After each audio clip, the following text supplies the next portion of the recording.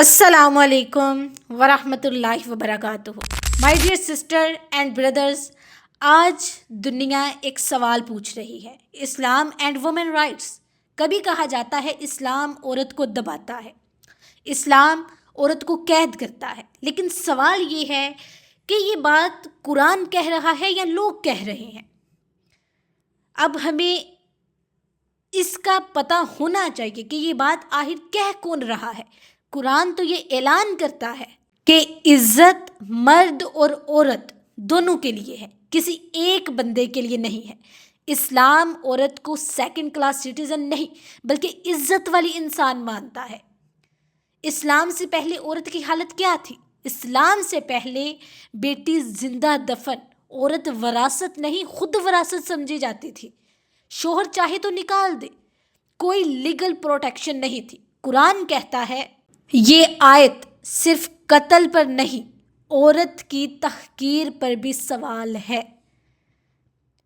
عورت کا پہلا حق کیا ہے؟ انسان ہونا. قرآن اعلان کرتا ہے مرد اور عورت ایک ہی نفس سے ہے، کوئی برتری نہیں. یہ آیت جینڈر سپریورٹی ختم کرتی ہے، عورت کو ایکول کریشن بناتی ہے.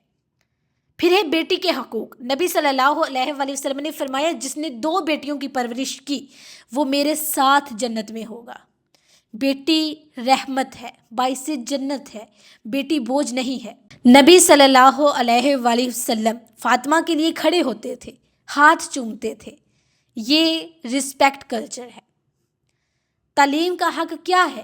علم حاصل کرنا ہر مسلمان پر فرض ہے. مرد اور عورت اس میں دونوں شامل ہیں. 2000+ احادیث کی راویہ صحابہ مسائل پر پوچھتے تھے.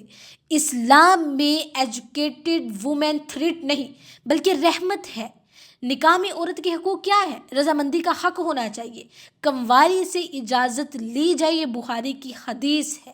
مہر کا حق، یہ عورت کی فائنینشیل سیکیورٹی ہے. قرآن کہتا ہے شادی کے بعد بھی عزت دی جائے، نرمی، عزت، صبر اور حسن سلوک. نبی صلی اللہ علیہ وآلہ وسلم نے کبھی ہاتھ نہیں اٹھایا، کبھی انسلٹ نہیں کیا. یہ آئیڈیل ہسبینڈ ماڈل ہے.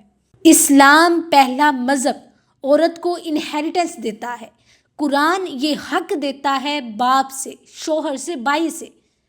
پھر ہے ماں کا مقام. جنت ماں کے قدموں کے تلے ہے. نبی صلی اللہ علیہ وآلہ وسلم نے فرمایا تمہاری ماں، پھر ماں، پھر ماں.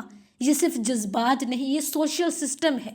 آج کی دنیا اور عورت، آج عورت کام بھی کر رہی ہے، گھر بھی سنبھال رہی ہے، آپ کے بچوں کی پرورش بھی کر رہی ہے اور ہر قدم پر قدم ملا کر آپ کے ساتھ کھڑی ہے، مگر عزت کم ہے اس کی. اسلام کہتا ہے کام اجازت سے، عزت کے ساتھ اور استحصال کے بغیر. اسلام عورت کو کموڈیٹی نہیں بلکہ ڈگنیٹی دیتا ہے. آج عورت کی عزت کیوں نہیں لوگ کرتے؟ کیونکہ عورت کو کمزور سمجھا جاتا ہے. اسے یہ کہا جاتا ہے کہ اس کا کوئی گھر نہیں ہے. اسے بات بات پر تانے دیے جاتے ہیں. بچوں کی پرورش میں اگر بچے کوئی غلط قدم اٹھا دے تو اس پر بھی قصوروار ماں کا ہوتا ہے، کیونکہ ماں نے تربیت کی ہے. میں تو آؤٹ آف کنٹری تھا، تربیت کرنے کا سارا جو ہے وہ تمہارے ہاتھ میں تھا، تم نے بچوں کی ایسی تربیت کی ہے اس لیے بچے ایسے ہیں. پھر مرد حضرات اپنی بیویوں سے سوال کرتے ہیں میں تو باہر کمانے کے لیے گیا ہوا تھا، تربیت کرنا تو تمہارے ہاتھ میں تھا، یہ تم نے کیسی تربیت کی ہے؟ آج عورت کو سمجھا ہی نہیں جاتا. وہ کام بھی کرے، آپ کے بچوں کو بھی سنبھالے، آپ کے بچوں کی پرورش بھی کرے، اور اگر آپ کے بچے کوئی غلط قدم اٹھا لے تو اس میں قصور آپ کی بیوی کا ہے، آج کی عورت کا ہے. یاد رکھیں اگر عورت مظلوم ہے، قصور اسلام کا نہیں، عمل نہ کرنے والوں کا ہے. اب آپ قرآن کو فالو نہیں کریں، حدیث کو فالو نہیں کریں، اسلام کو فالو نہیں کریں تو قصور اسلام کا تو نہیں ہے نا. اسلام نے تو سب کچھ ہمارے سامنے رکھ دیا ہے، اب اس پر عمل کرنا نہ کرنا یہ تو ہمارے ہاتھ میں ہے نا. تو اصل مسئلہ اسلام نہیں، اصل مسئلہ ہم ہیں. ہم بدلنا ہی نہیں چاہتے، ہم خود کو نبی صلی اللہ علیہ وآلہ وسلم کے رستے پر چلانا ہی نہیں چاہتے، کیونکہ ہم گھروں کا ماحول نہیں ٹھیک کرنا چاہتے. اگر ہم واقعی ایسا چاہتے ہوں تو ہم اسلام پر عمل ضرور کریں. ہم ہر دفعہ مسئلہ اسلام کو نہ بنائیں. ہم اپنے اندر دیکھیں، اپنا محاسبہ کریں کہ ہمارے اندر کیا غلطیاں ہیں، ہم آخر کر کیا رہے ہیں. ہم ہر دفعہ غلطی سامنے والے پہ ڈال دیتے ہیں، چاہے وہ بیوی ہے، چاہے وہ بہن ہے، چاہے وہ بیٹی ہے. آپ کی تو کوئی غلطی نہیں ہے، آپ تو ٹوٹلی پرفیکٹ ہیں. نبی صلی اللہ علیہ وآلہ وسلم نے فرمایا تم میں سے بہترین وہ ہے جو اپنے گھر والوں کے لیے بہتر ہو. تو آج آپ خود کو دیکھ لیں کہ آپ اپنے گھر والوں میں سے بہتر ہیں. آپ اپنے گھر والوں کے ساتھ کیسا سلوک کرتے ہیں، آپ کی محبت آپ کے دل میں گھر والوں کے لیے کیسی ہے، آپ نے جتنی بھی ایفرٹس کی ہیں وہ کس طرح کی ہیں.